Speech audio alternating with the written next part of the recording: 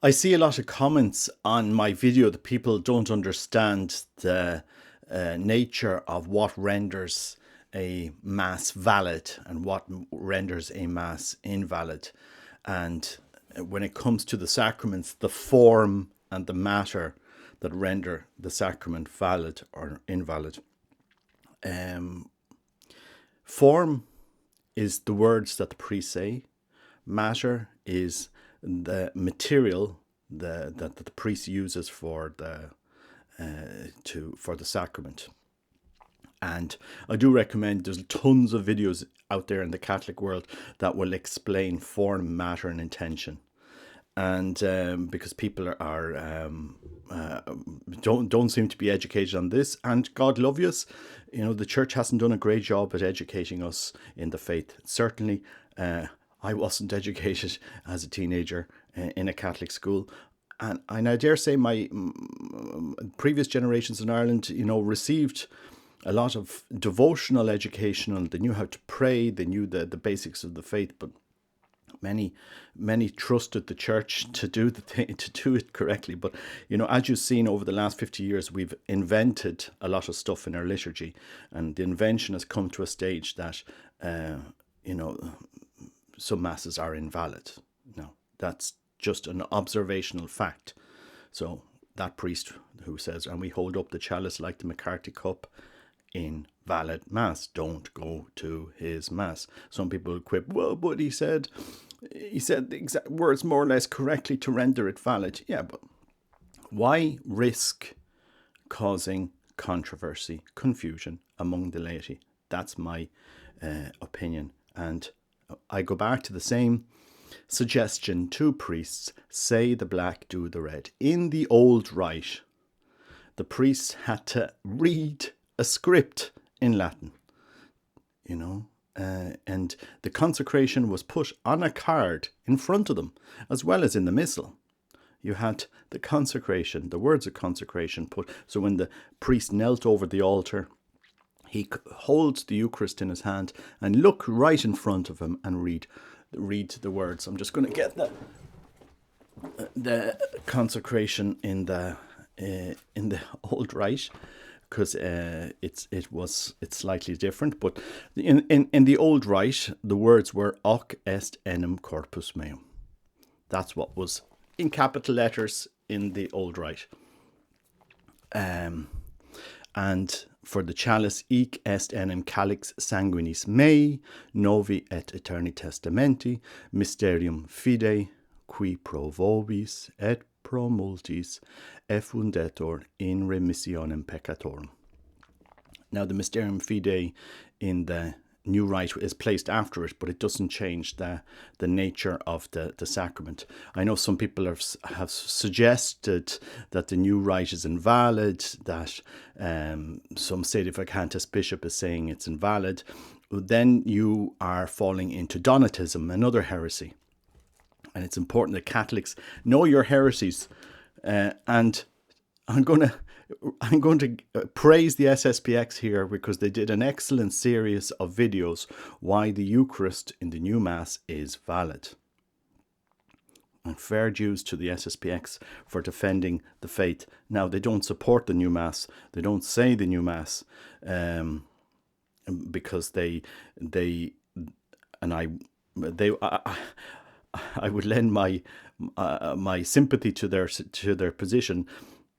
They say that the new Mass lacks what the old Mass had in sense of the sacrificial nature and the reverence that is needed. But that said, they have defended the sacraments of the that are in the church today, and they've done a series of videos on their channel on this. So I do recommend that people see those videos, read those videos, but also be careful. Don't be falling into Donatism, because they will lead you down a road saying everything is invalid in the church. There's some people that'll destroy the church. They'll lead you out there and they'll have you going around in circles. As I said, say the black, do the red. It's very simple. Say the black, do the red. and the Mass will be valid. How do we know that a priest is a valid priest? Well, he'll have a little card from his bishop saying, he has permission to say Mass, or a letter. And what constitutes a valid ordination is when the bishop puts his hands on the head of the deacon at the time. This was ruled by Pope Pius XII back in the day, because there was a bit of discussion. Well, is it this words? Is it when we give the chalice? Is it this? What is? It is when the bishop puts his hands on. And what if the bishop doesn't have the intention to ordain the priest, or the priest doesn't want to be ordained? Say I'm being forced here. Well, those situations, if they come up, then the church needs to review them. But generally speaking, the sacrament is valid if the bishop does what the church intends to do. So when we see a bishop put his hands on a permanent deacon, the sacrament of holy orders is conferred to that man, and he becomes a priest. Baptism. I baptize you in the name of the Father, pouring water, and the Son, pouring water, and the Holy Spirit. So, form, I baptize you in the name of the Father, and the Son, and the Holy Spirit. And as you're saying those words, you pour water over the person, or you can be in a river and dunk them back and forth. I baptize you in the name of the Father, dunk, and the Son, dunk, and the Holy Spirit. That's it. It's I baptize you. It's not we baptize you. There was some priests saying the wrong words. We baptize you. The Vatican ruled that those baptisms were invalid, and then the person had to get rebaptized. You even had priests who had to be rebaptized. You had to be, and then get their confirmation and their priestly order set again. So, yeah, there have been serious incidences in the church where, in theory, the sacraments that the priest had been offering were invalid because he hadn't validly been baptized, and then the church had to mediate this. But this is a learning process in the church for us laity to realize the problems in the church, and it's up to us laity to recognize when a Mass is valid and when a Mass is invalid. So you can ask the priest, look, can you rectify this? Because there could be hosts in the tabernacle that are invalidly consecrated, hosts going to people that are invalidly consecrated. There is this theory, well, look, the church supplies, ecclesia supplicate.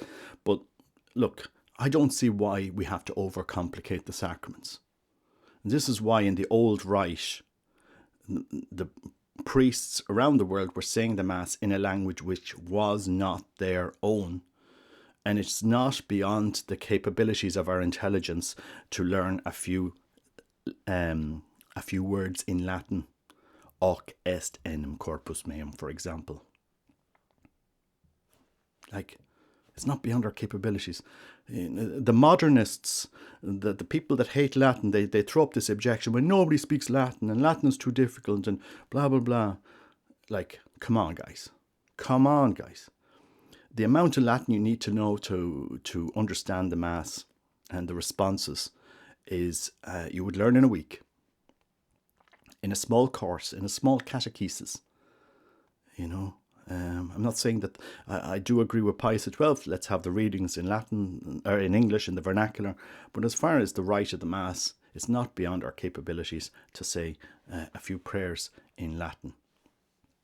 But anyway, I just wanted to kind of catechize the laity out there around Ireland on the sacraments. What is a valid Mass? What is an invalid Mass? A valid Mass, basically, in essence, is when what's in capital letters there in the Missal, the consecration, is said as written in black, basically, using bread and wine. And the bread that the priest needs to use has to be bread that is that is made of wheat. That's it. Unleavened bread. You can use leavened and unleavened. In the East, they use risen bread. In the West, it's unleavened. It's bread made of wheat. There is you do hear oftentimes gluten, celiac hosts or low gluten hosts. And basically what a celiac host is in the Catholic Church is a host made of wheat. It's fully made of wheat, but the gluten has been reduced down to a tiny. So basically there's a tiny particle of bread, very, very, very small, in that host. So that you're actually eating a tiny piece of bread with gluten. People don't, but it's reduced way down, so it is a valid host. That's why the tiny particles that the priest on his hands are important. That's why you should only receive communion on the tongue, never on the hand.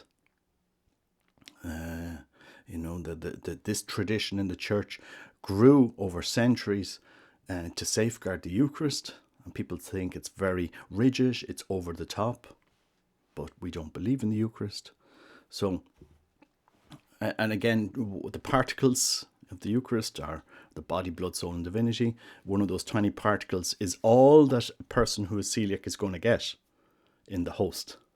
People don't realize this. The theology behind a celiac host is fascinating, but in essence, all the person is getting in communion is a tiny, tiny, microscopical part of the Eucharist, so that you understand the why it's allowed, because they reduce down the gluten so much.